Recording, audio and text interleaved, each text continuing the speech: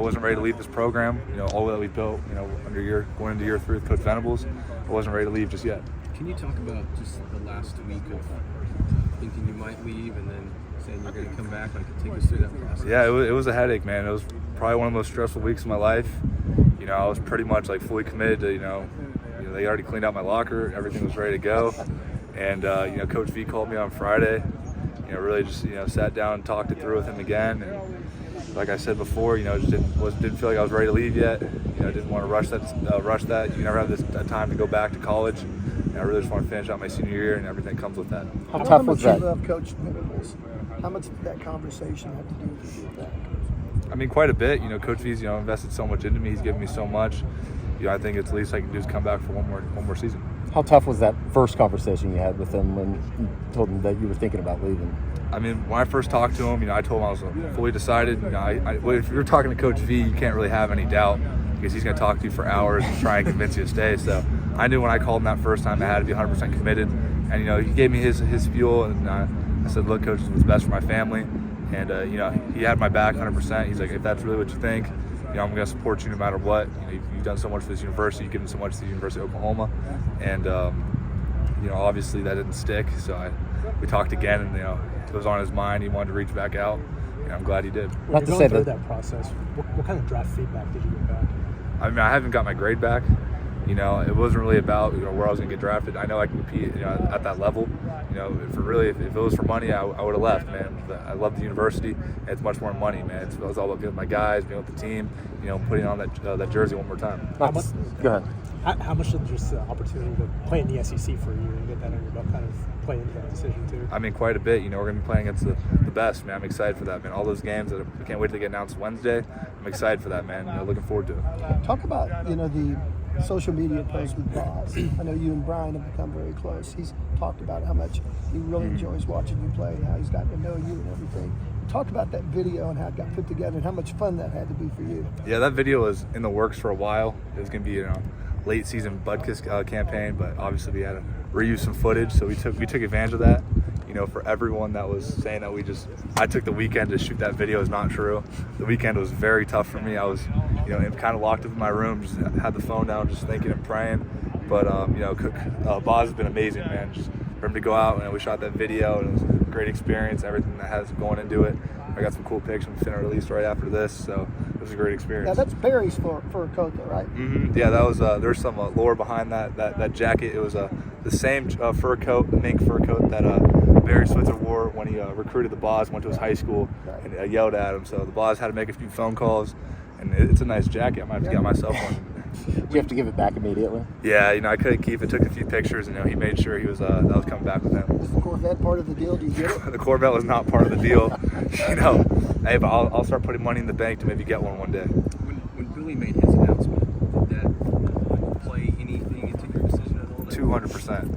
Me and Billy came in here together. We've done everything together, and we really tried to build this defense together. When he came and said he was coming back, we were talking right after the TCU game. Everything that we've done, we wanted to do it together. And when I kind of wanted to leave, and he said he was staying, it kind of, yes, it did sway my decision more, for sure. I think you two, Jalil and Ethan, are the last guys standing from that 21 class. Mm-hmm. What does it mean just for you four to come back and kind of lead this program into the SEC next year? Yeah, I mean, we've talked about this ever since we got on campus. Our times now, it's crazy with the transfer portal, the turnaround. I think we're probably the only four that have probably played. There's a few other guys, Isaiah Coe and Jake that played in the Alamo Bowl, but that was only 2 years ago. So a lot of guys haven't experienced, what San Antonio's like. I'm really excited to have the opportunity. Transfer portal's nothing new, but you guys do have guys coming in and out, like today with Caden. How do you handle that inside the locker room? Do you guys talk about that any? I mean, people kind of talk about the money aspect, and I think, how it is right now is insane, with everything that's going on. I don't think it's, you guys know how it is. It's crazy. It's turning into like a full business, which is insane. Obviously, I think some stuff's going to have to happen, but I mean, everyone's happy for each other. When a guy enters the portal and wants a better opportunity somewhere else, I mean, there's nothing you can do. We all love each other on this field. We're not going to bash a teammate. At the end of the day, we break it down in family every single time. Danny, you're a great player, but coming back, obviously you're coming back to get better too. When you look at yourself, what do you see as a player, as yourself as a player? I feel like I've always scratched the surface. Only with 2 years under Coach Venables, I've improved so much, but I still have such a long ways to go. I mean, I talk about that with Coach V. If I'm coming back, I don't want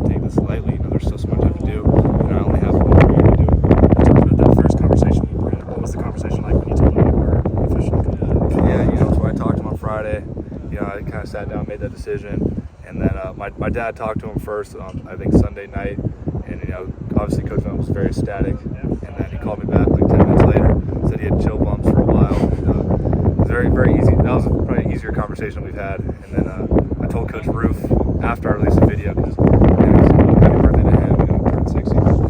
So he didn't get the news till after, but it was a great little birthday present for him. Danny, you already here, obviously, when Brent came along. Going through this process, get to see Brent the recruiter come out a little bit with you? Maybe a little bit, but I kind of know where his heart was at. He didn't really have to sell me on anything. Everything he told me I already knew. It was just a matter of what was best for me. What do you think this does for the defense, you and Billy coming back? I think it gives it a great foundation. Between me, Billy, and Ethan, those are veteran guys at all three levels of that defense. Really have a lot of experience, a lot of play time that can help lead the younger guys that are coming in, and the guys that have already been here established themselves. Danny, getting back out here, actually putting the uniform back on, practicing, did it kind of make you feel like, yeah, this was the right decision? Absolutely. Being out with my guys, going through, another practice, having those team separate periods with everyone, kind of getting back into it was a great experience, man. I love it out here. I couldn't leave just yet.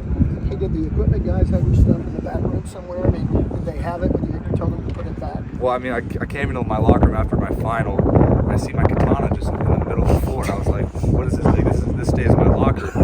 And I was a little upset. I had some nice shoes and all my stuff in a trash bag. Like, this is ridiculous. I didn't even release anything before I said I was leaving. They cut me off the red card. My fingerprint didn't work. I was a little upset. I told Coach V I just need the weekend, and then they took it and ran and cut me off everything. Tough place. Yeah, they're quick to replace you around here, man. It is how it is. It's just a business. Glad you got all that stuff back. Hopefully you got some new stuff, maybe, right? Yeah, well, I had to get new gloves. I found my old cleats, but it's great to be back. Danny, what have you seen from Jackson Arnold just throughout spring, the season, everything that makes you feel like, yeah, he's going to be the guy of the future? His elite ball placement, elite instincts. You see at the BYU game when he made that adjustment to Jaleel for that pass, that was a critical, that really sealed the game off. He's a competitor, man. His instincts are second to none.